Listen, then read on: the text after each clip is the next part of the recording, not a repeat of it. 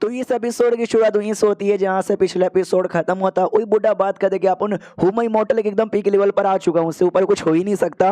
और हमारा मैं कहता है भाई इमोर्टल बन के इमोर्टल दुनिया में जाने के बारे में बात कर रहा था, तो ये भी कहते इमोर्टल बन के इमोर्टल दुनिया में जाने के बारे में। हाँ, बहुत पहले ट्यूलेशन नाम का भी कॉन्सेप्ट होता है कि ट्यूलेशन तुम पार करो, दो मौका बचेगा, ट्यूलेशन सहल हो, नहीं सह पाए तो मर जाएंगे। सेकंड ये कि सहल हुआ, सहल ये इमोर्टल बन के इमोर्टल दुनिया में चल जाओगे, उसके ऊपर यहाँ पे फिर अलग अलग अर्थ इमोर्टल गोल्डन इमोर्टल लेवल होगा, जिससे तुम्हारी उम्र भी यहाँ पे बढ़ जाएगी। लेकिन 20 से 30 हजार साल पहले हमारी दुनिया के जो सबसे स्ट्रॉन्गेस्ट बंदे थे उन्होंने कोशिश यहाँ पे की थी, लेकिन सब फेल हो गए, कोई भी ना नहीं बन के जा पाया, जिसकी वजह से फिर लोग ना इसके बारे में भूल गए। और ह्यूमन इमोर्टल यही जो हमारा लेवल था ना मैक्स बन के रह गया, इससे ज़्यादा बड़ा कोई लेवल ही नहीं है हमारे में। कटा कहता फिर तो हमारी दुनिया में कितने भी कमाल के क्वालिफिकेशन के बंदे क्यों ना हो, इस लेवल के आगे आने के बाद लिटरली वो कुछ भी नहीं कर सकते ना।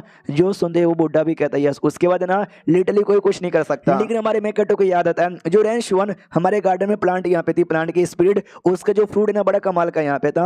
अब वो कोई ह्यूमन इमोर्टल के पीक लेवल का बंदा खाएगा ना तो जाहिर सी बात वो इमोर्टल यहाँ पे बन के इमोर्टल की दुनिया में जा सकता है, और वो प्लांट हमारे मास्टर के अंडर में आता है। इन शॉर्ट भाई सोचो मास्टर कितनी ज्यादा कमाल की यहाँ पर होगी। शिट यार, मास्टर तो बड़ी ज्यादा कमाल की यहाँ पर है, इसके बारे में मुझे आइडिया वाइडिया भी यहाँ पे नहीं था। बताओ यार, कोई इमोर्टल दुनिया का बंदा भी हमारी दुनिया में आ सकता है क्या, स्ट्रॉन्ग बंदा? जो सुनते ये भी कहते हैं कि वो आने को आ सकता है, लेकिन अपनी पावर है ना हमारी दुनिया के लिमिट्स यहाँ पे नहीं बढ़ा सकता।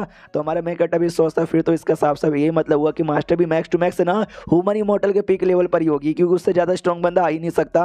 और तभी ये लोग किसी एक अजीब से एरिया में पहुंच जाते, पूरा जहाँ पे ब्लैक ब्लैक ब्लैक यहाँ पे था, कुछ दिखाई नहीं दे रहा था। तो बुड्ढा भी कहता टेंशन मतलब ये फोरबिडन एरिया है जहाँ पे हमको जाना ना, वहाँ पे जाने पे अभी 3 महीना और लगेगा, यहाँ पे बैठ के आराम से कल्टिवेशन करो, जब तक मैं पहुंचवा दूंगा। ये लोग कहते हो ठीक है। 3 महीने बाद ना अचानक से इनकी आंख यहाँ पे खुलती है, और जैसे आंख खुलती है ना दोनों साइड से लिटरली इनका जो शिप यहाँ पे था ना, शिप के एक साइड से दूसरा शिप आकर टक्कर मारता है, और दूसरे साइड से एक दूसरा शिप यहाँ पे टक्कर मारता है। तो एक शिप वाला कहता है कि सॉरी यार अंधेरा यहाँ पे तो दिखाई नहीं दिया, और गलती से हमने ठुकवा दिए। उतने में दूसरे शिप से आवाज आया, देखो भाई इनको गलती, सॉरी क्या बोल रहा है, ये सब नल्ले कमजोर लोग हैं, और कमजोर लोग को हम कभी भी सॉरी नहीं बोलते। जो सुनने पहले शिप का बंदा कहता है कि ले ले ले यार, आई नो लोग बड़े कमजोर है, नल्ले हैं, बुद्धू हैं, इसका मतलब ये नहीं कि हम इनका मजाक यहाँ पे उड़ाए, सॉरी बोलो जल्दी से सॉरी बोलो।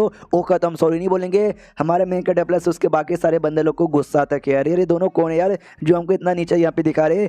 उतने में एल्डलू सामने आता, कहता गद्दे के बच्चों शांत हो जाओ। जो सुनते दूसरे शिप का लड़का कहता गद्दे के बच्चों हमको कहा जा रहा है एल्डलू, आई नो आप है ना ह्यूमन स्टेज के एकदम पीक पर आ चुके हो, हम भी ह्यूमन स्टेज के एकदम पीक पर आ चुके हो, हम तो दो यहाँ पर है, दो के सामने अब अकेले टिक नहीं पाओगे। बुढ़े को और भी गुस्सा आता है, उस आदमी के तो बैंड ही बजा देता है। ये कहते हो आई नो तू भले ह्यूमन स्टेज के एकदम पीक लेवल पर आ चुका है, लेकिन तू अभी कुछ साल पहले ही आया होगा, मैं 1000 साल पहले जा चुका हूँ, तो मुझसे लाख गुना ज्यादा सीनियर यहाँ पर हूँ, और काद में रह के बातचीत करो। दूसरा शिप का जो लड़का था ना वो भी कहता अरे एल्डलू मजाक कर रहे हैं यार, अब सीरियस यहाँ पे कहीं को जाते हो। एल्डलू बड़ा सीरियस यहाँ पे था, हमारे को शिप का छोटा सा जो पार्ट है ना वो भी तोड़ देता है, वो कहता सॉरी गलती से यहाँ पे टूट गया, रिपेयर करवा लेना, पैसा चाहिए क्या, मुंह में ले लो, मेरा पैसा देने वाला नहीं हूँ। एक लड़का गुस्सा कहता है कि एल्डलू औकात में रह लो, तो एल्डलू या फिर आई डोंट नो क्या होता है, और जो लड़का ना ऑटोमेटिक उसका बैलेंस खराब होता है और डम से वो नीचे गिर जाता है। तो बाकी पब्लिक कहती वाह यार एल्डलू कितने कमाल के, बिना टच किए बिना कुछ किए ना वो उस लड़के को डायरेक्ट जमीन पे गिरा दिया, वाह। तो दूसरा जो लड़का यहाँ पे था ना वो भी माफी मांगता है कि एल्डलू हमको मालूम नहीं था कि आप यहाँ पर आने वाले हो, गलती हो गई भी हमारे बंदे लोग से जिन्होंने बदतमीजी कर दी,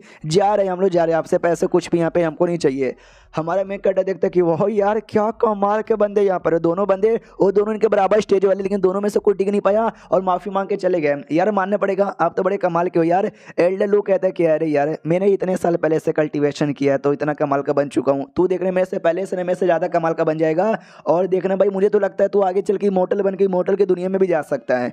जो सुनते ही सामने से हमारा मैं कटर कहता है नो वे यार आप मजाक कर रहे हो, इतनी मेरी औकात यहाँ पे नहीं है। वो भी कहता कोई बात नहीं, तैयारी कर लो, कल फोरबिडन एरिया ओपन होने वाला है। ये लोग जो है 100 गेट कॉन्फ्रेंस में जा रहे हैं ना, समझे एक फोरबिडन एरिया है, समझे एक सीक्रेट रूम, एक रूम्स यहाँ पर है, जिस रूम्स के अंदर यहाँ पे एंट्री मारना है जो कल यहाँ पे ओपन होने वाला है, तो तैयारी यहाँ पे कर लो। ये लोग कहते इतना जल्दी, ये भी कहते हैं देखो सुनो जैसे तुम एंट्री मारोगे ना वो जगह बड़ा कमाल का है, और डेंजर भी भरा हुआ है और सामान भी यहाँ पे भरा हुआ है, ट्रेजर आइटम। तो कहते ना कुछ पाने के लिए कुछ खोना भी पड़ता है, हाँ तो भाई नसीब रहा तो भाई कुछ पाओगे, नसीब न रहा तो कुछ यहाँ पे खो बैठोगे। लेकिन जैसे जाओगे ना अपने टीममेट को ढूंढना, टीम अप करने की कोशिश यहाँ पे करना, क्योंकि वहाँ पे बड़े अजीब से मॉन्स्टर और क्रिएचर्स आते हैं जो तुम्हारा मैनिपुलेट करके अपना गुलाम बना लेंगे, जिससे जो इंसान है एक दूसरे की जान निकालने लग जाते हैं। समझ गए क्या?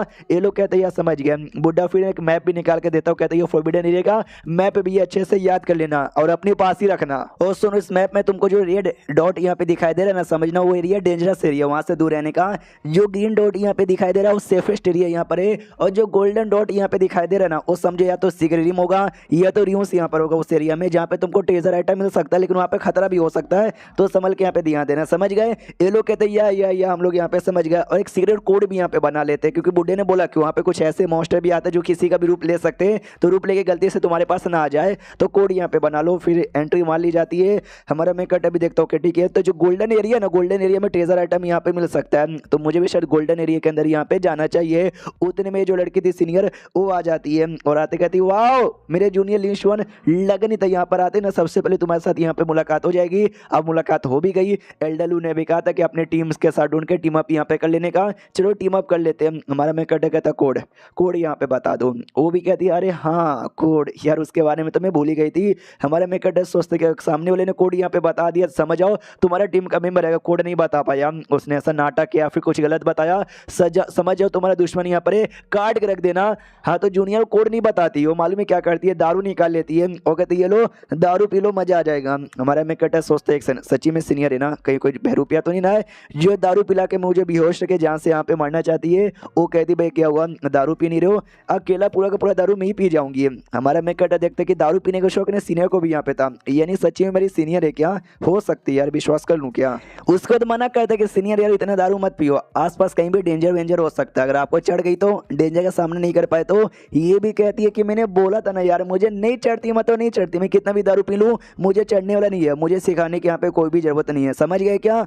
हमारा मैं कट अभी सोचता कि अरे यार ऐसा तो बढ़ता वही खाली करती है, यानी हाँ ये मेरी सीनियर यहाँ पर है, तो सामने से दारू की बाटली ले लेता है। वो कहता है कि नाम डेंजर यहाँ पर है, आपको बिल्कुल भी पीनी नहीं चाहिए। वो भी कहती है कि कम ऑन यार गधे के बच्चे प्लीज दे देना मुझे, दे दे दे दे दे दे दे दे दे दे। हमारा मैं कट कहता बिल्कुल ना, एकदम चिपक जाती है, बड़े प्यार से कहती है भाई सुनो ना प्यार से मांग रही हूँ दे दो मुझे, ज़्यादा नहीं 2 घूंट पीऊंगी। हमारा मैं कट अभी कहता है कि सीनियर यार प्लीज़ ऐसा गंदा बर्ताव यहाँ पे मत करो। ओ सॉरी ये तो मेरे हाथों से गिर गया, ओ माय गॉड बाटली टूट गया, ओ माय गॉड सारा दारू भी गिर गया, अब क्या पियोगी। ये गुस्सा कहती हूँ हरामी फकिंग मैन, तुमने तोड़ दिया जानबूझ के, तुम बड़ा गंदा आदमी होती। और तभी वो जो थी ना भाई सीनियर, अचानक से उनको चक्कर आने लग जाता है, जमीन पे गिरने लग जाती है। हमारे मैं कट को भी सेम रिएक्शन होता है, वो भी गिर जाता है और नोटिस करता भाई ये क्या हो रहा है, और ये तो मेरे ऊपर गिर गई। एंड देन ये वीडियो यहीं पे खत्म। देखते भाई अब क्या क्या खतरा आता है और क्या क्या नहीं होता। मिलते किसी और वीडियो में, जब तक के लिए बाय बाय।